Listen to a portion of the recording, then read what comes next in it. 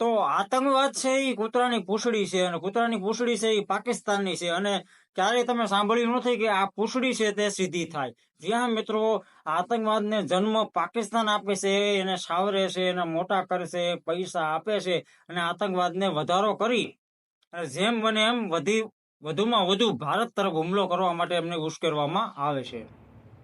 તો હેલો મિત્રો, નમસ્કાર, જય શ્રી કૃષ્ણ, જય માતા. બધા મિત્રોનું હાર્દિક સ્વાગત છે આપણા નવા વિડીયોમાં. તો મિત્રો, ભારત અને પાકિસ્તાન વચ્ચે યુદ્ધ વિરામ લાગી ગયું છે. જી હા મિત્રો, સીઝ ફાયર ગોઠવી દેવામાં આવ્યું છે, જેના કારણે કોઈ પણ દેશ છે તે અવકાશમાંથી, ભૂમિમાંથી કોઈ પણ જાતનો હુમલો કરી શકશે નહીં. જી હા મિત્રો, પરંતુ આ યુદ્ધ વિરામથી શું પાકિસ્તાન સુધરી જશે?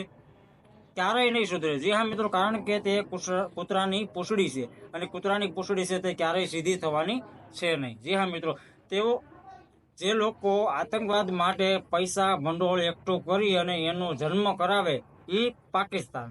જી હા મિત્રો, અને એને પાછા ભારતમાં મોકલી અને હુમલો કરાવે, આપણા નિર્દોષ નાગરિકોની હત્યા કરવા માટે ઉશ્કેરવામાં આવે, એમનું બ્રેન વોશ કરવામાં આવે, જેથી કરીને એ લોકો આવી રીતે હુમલાઓ અવારનવાર કરતા જ રહ્યા છે. જી હા મિત્રો, પરંતુ આને આ પૈસો પાકિસ્તાન કદાચ એના દેશની આવામ, એની જનતા માટે, ગરીબ લોકો માટે જો ઇસ્તેમાલ કર્યો હોત ને, તો પાકિસ્તાનનું પણ અત્યારે દ્રશ્ય છે તે અલગ દિશામાં દોડતું હોત. જ્યાં મિત્રો પાકિસ્તાનની ઘીનોની તસવીર આખી દુનિયાએ જોઈ લીધી છે. જી હા મિત્રો, જ્યારે ઓપરેશન સિંદૂર દ્વારા 100 થી વધારે આતંકીઓને ઠાર મારવામાં આવ્યા, ત્યારે તેના આંકાઓ સામે આવ્યા.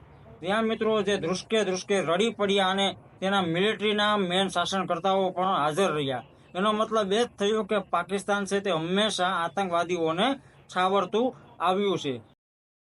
તો પાકિસ્તાનની મદદ માટે જે દેશો બહાર આવ્યા એમનું નામ છે, પ્રથમ નંબર છે ચીન, ત્યાર પછી અઝરબૈજાન, અને ત્યાર પછી છે તુર્કી. આ એ જ તુર્કી છે કે થોડા જ મહિનાઓ પહેલા તુર્કીમાં મહા વિનાશક ભૂકંપ આવ્યો હતો, ત્યારે ભારતમાંથી સૌથી પહેલા મદદ માટે હાથ લંબાવવામાં આવ્યો હતો. જ્યાં મિત્રો કદાચ તમને યાદ હોય તો ભારતે તુર્કીમાં જે ભૂકંપગ્રસ્તોને બચાવવા માટે ઓપરેશન દોસ્ત ચલાવીને તુર્કીની મદદ કરી હતી, પરંતુ આ એહસાન ફરામોશ તુર્કીએ આતંકવાદને સાથ આપ્યો, એટલે કે પાકિસ્તાનને સાથ આપી, સપોર્ટ આપી અને એને આગળ વધારવાનો પ્રયત્ન કર્યો છે. જ્યાં મિત્રો ચીન પણ એ દિશામાં દોડી રહ્યું છે, કારણ કે ચીને પોતાના બંદરગાહમાં અબજો રૂપિયાનું રોકાણ કરેલું છે પાકિસ્તાનમાં, જેથી કરીને તે પાકિસ્તાનનો સાથ દેવાનો છે, કારણ કે અહીંયાથી ભારત તરફથી હુમલો થાય તો તેને પણ મોટા પાયે નુકસાન થઈ રહ્યું છે. જી હા મિત્રો, પરંતુ કહેવાનું એટલો જ હેતુ છે કે જો અત્યારથી પાકિસ્તાન સમજી જાય તો પાકિસ્તાન બચી શકશે.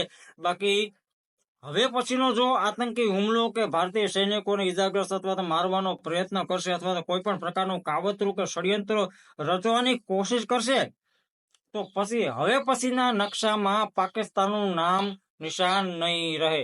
જી હા મિત્રો, કારણ કે આ ઓપરેશન સિંદૂરમાં સંપૂર્ણ ભારતવાસી મોદીજીની સાથે હતા, અને આ ઓપરેશન સિંદૂર છે તે સક્સેસફુલ મિશન રહ્યું, અને પાકિસ્તાનને એની ઓકાત દેખાડી દીધી. જ્યાં મિત્રો આપણા ભારતીય જવાનોએ, સૈનિકોએ આ શૌર્યબળ દેખાડી બતાવ્યું છે, અને પાકિસ્તાનને પણ બતાવ્યું કે ઇન્ડિયન આર્મી છે તે કોઈથી કમ નથી અને ક્યારેય પાછળ નથી. એકવાર ઇન્ડિયન આર્મી વિચારી લે કે આતંકવાદનો ખાત્મો કરવો છે, એટલે ખાત્મો બોલાવી જ લે. તો મિત્રો સાચા દેશભક્તો હોય તો સેના માટે, મારા માટે નહીં તો આપણી ઇન્ડિયન આર્મી માટે એકવાર કોમેન્ટમાં જય હિન્દ લખવાનું ભૂલતા નહીં. વિડીયો પસંદ આવ્યો હોય તો એક લાઈક જરૂરથી કરજો, અને ફોલો પણ કરી દેજો, અને ચેનલ ઉપર નવા હોય તો ચેનલને સબસ્ક્રાઈબ પણ કરી દેજો. ભારત માતા કી જય. હિન્દુસ્તાન જિંદાબાદ.